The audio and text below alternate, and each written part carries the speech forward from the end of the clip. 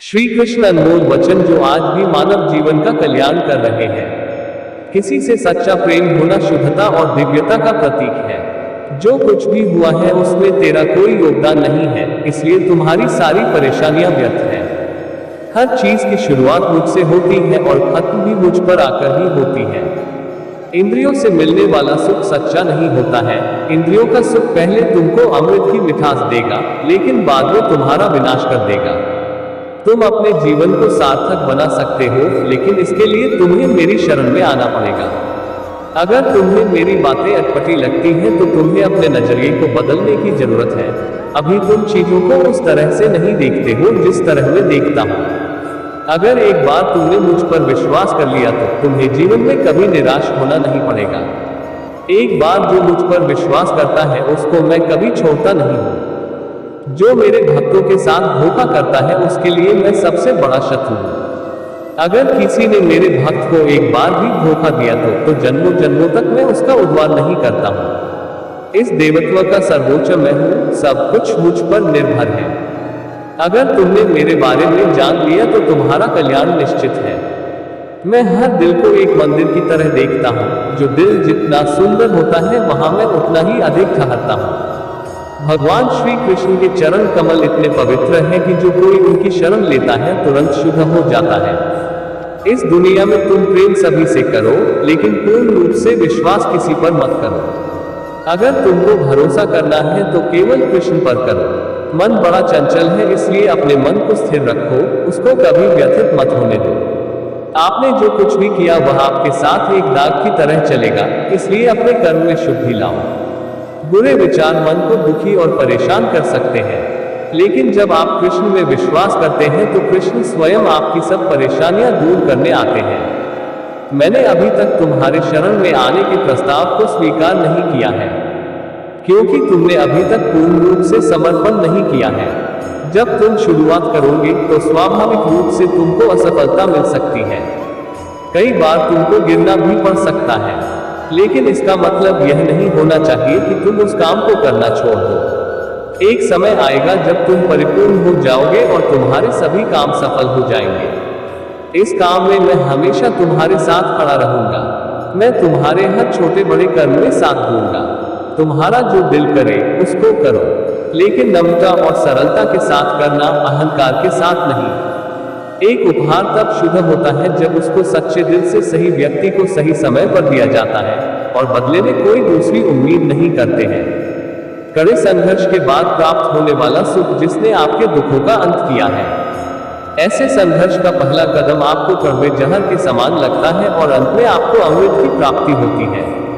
इस तरह का सुख केवल मन की शांति से प्राप्त हो सकता है। इस धरती पर आने के बाद आपका मुख्य उद्देश्य यहाँ से मुक्त होना है।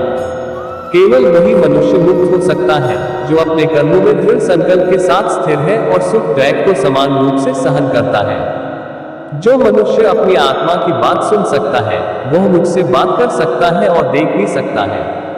अपने सभी कर्मों को कृष्ण पर केंद्रित होकर करो। आसक्ति को त्याग दो। सफलता और असफलता को एक समान दृष्टि के साथ देखो, क्योंकि आध्यात्मिकता का अर्थ ही होता है संभाव। वह मनुष्य जिसने घृणा को त्याग दिया, जो सभी प्राणियों के साथ समान व्यवहार करता है, जो सुख दैक और दर्द पीड़ा से अप्रभावित है, जिसके अंदर करुणा भरी हुई है और मन शांत है, उसने सही मायने में मुझे प्राप्त कर लिया है। यही वह मनुष्य है जिसको मैं सबसे अधिक पसंद करता हूँ। इस विशाल संसार में तुमको केवल कर्म करने की छूट है। इसके अतिरिक्त फल की इच्छा और स्वार्थ सब निरर्थक है। ये सोचकर कभी किसी काम की शुरुआत मत करो कि इसका तुमको कोई फल मिलेगा। बिना किसी लालसा के कर्म करो। जो आदमी मुझे हर चीज में देखता है और मेरे होने के एहसास को अनुभव करता है वह मेरा सच्चा भक्त है। ऐसे भक्तों से मुझे प्रेम है। इंद्रियों का काम ही है भटकना। जब कोई मनुष्य अपना मन उनके पीछे छोड़ देता है तो समझ लीजिए कि उसने छेद वाली नाव में सवारी शुरू कर दी है जिसका डूबना तय है। ऐसा कोई नहीं है जिसका सदियों से अस्तित्व है और ना ही ऐसा कोई है जिसका सदियों बाद अस्तित्व रहेगा। यहाँ कुछ स्थायी नहीं है। वह सभी चमकदार वस्तुओं में प्रकाश के स्रोत के रूप में स्थित है। वह सभी प्रकार के अंधकार से परे और अव्यक्त है। वह ज्ञान का विषय है और वही ज्ञान का लक्ष्य है। वह सबके हृदय में विराजमान है। श्रीमद् भगवद गीता। तुम उसी को देख पाते हो जो तुम हो, और तुम वही जो तुम देखते हो। मैं सभी के घरों में निवास करता हूँ, मेरी ऊर्जा सभी जगह समान रूप से वितरित है। जो मुझे पहचान लेता है उसको मैं भक्ति रस प्रदान करता रहता हूँ। मैं सर्वनाश कर सकता हूँ, मेरे रुकने की वजह मेरे भक्त हैं। जिस दिन मेरे सभी भक्त मर जाएंगे, मैं सर्वनाश कर दूंगा। जो व्यक्ति अंधकार से मोहित होकर अपने कर्मों को अंजाम देता है, मैं उसके खिलाफ खड़ा होता हूँ। तुम हमेशा के लिए यहाँ रहने वाले नहीं हो, तुम्हारा जीवन बहुत सीमित है। जो मनुष्य यहाँ आता है वह अपनी क्षमता को तलाशने के लिए आगे बढ़ता है। ये गलत नहीं है अगर तुम निस्वार्थ भाव से अपनी गति करते हो। स्वभाव के द्वारा निर्धारित कर्तव्य का पालन करने से कोई पाप नहीं होता है।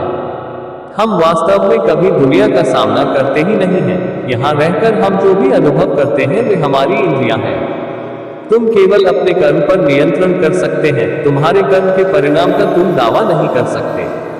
हारने का डर, असफलता का भय, कर्मों के साथ भावना जोड़ना सफलता की सबसे बड़ी बाधा है। ये विचार मन को अस्थिर कर आपकी क्षमता को लुटता है। राधा कृष्ण के अनमोल वचन। स्वार्थ से जुड़े कर्म आपको दुनिया में कैद करते हैं। व्यक्तिगत लाभ के बारे में नहीं सोचे और निस्वार्थ भाव से काम करें। अपनी इच्छा शक्ति से खुद को नया आकर दो, अपने आप को कभी स्व इच्छा से नीचा मत होने दो। बुद्धिमानी तुम्हारी चेतना को एकीकृत करती है और कर्म के फल के प्रति आसक्ति को त्यागने में मदद करती है। दूसरों के सुख दुख पर कोई यदि इस प्रकार प्रतिक्रिया देता है जैसे वे उसके अपने हैं, तो उस व्यक्ति को सच्चा आध्यात्मिक मान सकते हैं। मैं हर समय से यहाँ पर था, ऐसा कोई समय नहीं है जब मैं यहाँ नहीं था। मैं समस्त भूत में भी विद्यमान था और समस्त भविष्य में मेरा विद्यमान रहेगा। दुनिया का सबसे बड़ा पापी अगर समर्पण के साथ मेरी सच्ची उपासना करे तो मैं उसको भी शुद्ध कर देता हूँ। वे लोग जो केवल कर्म के फल की इच्छा से प्रेरित होते हैं वे अक्सर दुखी रहते हैं। जब किसी की चेतना एक हो जाती है तो उसकी सारी व्यर्थ चिंताएं पीछे छूट जाती हैं। फिर उसको किसी वजह की चिंता नहीं होती है। चाहे चीजें अच्छी हो या बुरी, वह सदा एक सा रहता है। जो लोग अपनी आत्मा से भली भांति परिचित हैं, वे इंद्रियों पर पूरी तरह से नियंत्रण रखते हैं। अपने भूत की घटनाओं पर चिंतित होना व्यर्थ है। तुम ना तो अपने भूत को बदल सकते हो, ना अपने भविष्य की कल्पना कर सकते हो। तुम केवल चिंतित हो सकते हो, जो पूरी तरह से अर्थहीन है। मन को शिक्षित कर मनुष्य अपने सोचने के तरीके बदल सकता है और कोई भी कदम उठाना सीख सकता है। ये योग का केंद्रित सिद्धांत है। संसार में जीवित रहने के लिए कर्म करते रहना चाहिए। अपने कर्तव्यों से दूर रहकर कर्म से बचने की कोशिश नहीं करनी चाहिए। जो सुना है उस पर विश्वास मत करो। कुछ लोग अपने विवेक से मुझे अपना बनाते हैं, कुछ लोग ज्ञान से, कुछ लोग कर्म से, कुछ योग से। तुम मुझे किस रूप में प्राप्त करना चाहते हो, ये पूरी तरह तुम्हारे ऊपर है। तुम मुझे जिस रूप में बुलाओगे मैं उस रूप में हाजिर हो जाऊंगा। तुम मेरे प्रति सदा चौकस रहो, मेरी उपासना करो, अपने हर एक काम के लिए मेरा स्मरण करो। मैं वादा करता हूँ तुम मेरे प्रिय बने रहोगे। जो मेरे प्रिय हैं उनको मौत का भय नहीं रहता है। मौत उनके लिए मात्र पुराने वस्त्र उतारने के बराबर है। इस दुनिया का आकर प्रत्येक मनुष्य के लिए अलग अलग है। मनुष्य अपने सोच और कर्म से इस दुनिया का आकर निर्धारित करता है। अपरिपक्व लोग सोचते कि ज्ञान और कर्म अलग अलग हैं, लेकिन बुद्धिमान उन्हें एक ही मानते हैं। मनुष्य अपने कर्म ज्ञान के अनुसार ही करता है। मृत्यु के समय आत्मा केवल देह को त्यागती है, अपना अस्तित्व नहीं। इसलिए मृत्यु को लेकर कोई भय पैदा मत करो। गीता का सार यह है कि प्रत्येक प्राणी में विराजित ईश्वर को देखो और उसके अनुसार अपने कर्म करो। जब मनुष्य सांसारिक विषयों के बारे में सोचता है तो आसक्ति आ जाती है। आसक्ति से इच्छा उत्पन्न होती है, इच्छा से वासना उत्पन्न होती है, वासना से क्रोध के बादल उमड़ पड़ते हैं। इसलिए ध्यान को सांसारिक विषयों से हटाकर कृष्ण में लगाओ। एक बुद्धिमान और मूर्ख के बीच केवल सोच का फर्क होता है। जिसका कर्म सात्विक है उस निर्णय बेहतर होगा और वह मनुष्य परिणाम को लेकर भावनाओं में नहीं उलझता है। केवल इच्छाओं को वश में करने से काम नहीं चलेगा। स्वामित्व और अंधकार को भी वश में करना होगा। सात्विक व्यक्ति ऊर्जा से भरा होता है, उसका मन शांत, साधन संपन्न, दयालु और निस्वार्थ और जागरूक होता है। जो बिना मेहनत के बहुत कुछ हासिल कर लेता है, एक समय वह सबसे बड़ा पल्लू बन जाता है। मनुष्य भाग्य को अपने हाथ में ले सकता है, वह अपने कर्म के प्रति जिम्मेदार है। अगर किसी तरह वह अपने कर्मों का नियंत्रण करना सीख जाए तो भाग्य उसके नियंत्रण में आ सकता है। कृष्ण की छवि अनिवार्य रूप से सभी मानव जाति में पाई जाती है। कृष्ण सभी के पास संपूर्ण रूप से स्थित है, क्योंकि कृष्ण की छवि ही पूरे मानव जगत का स्रोत है। सुख तीन प्रकार एक होते हैं: निरंतर प्रयास से मिलने वाला सुख, इंद्रियों से मिलने वाला सुख, तामसिक सुख। गीता स्वयं के भीतर का युद्ध है, जहां आत्म निपुणता के लिए संघर्ष किया जाता है। मृत्यु के समय जो मन में रहता है, उसी से मृत्यु का स्थान तय होता है।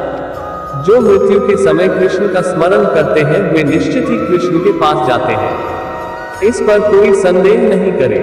मेरा अंश सभी में समान रूप से विद्यमान है, इसलिए सभी एक ही हैं।